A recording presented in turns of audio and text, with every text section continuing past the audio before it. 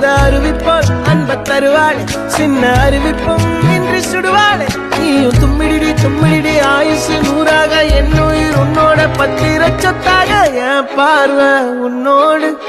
உன் பொம்மை கண்ணோடு பேசாமல் விண்ணோடு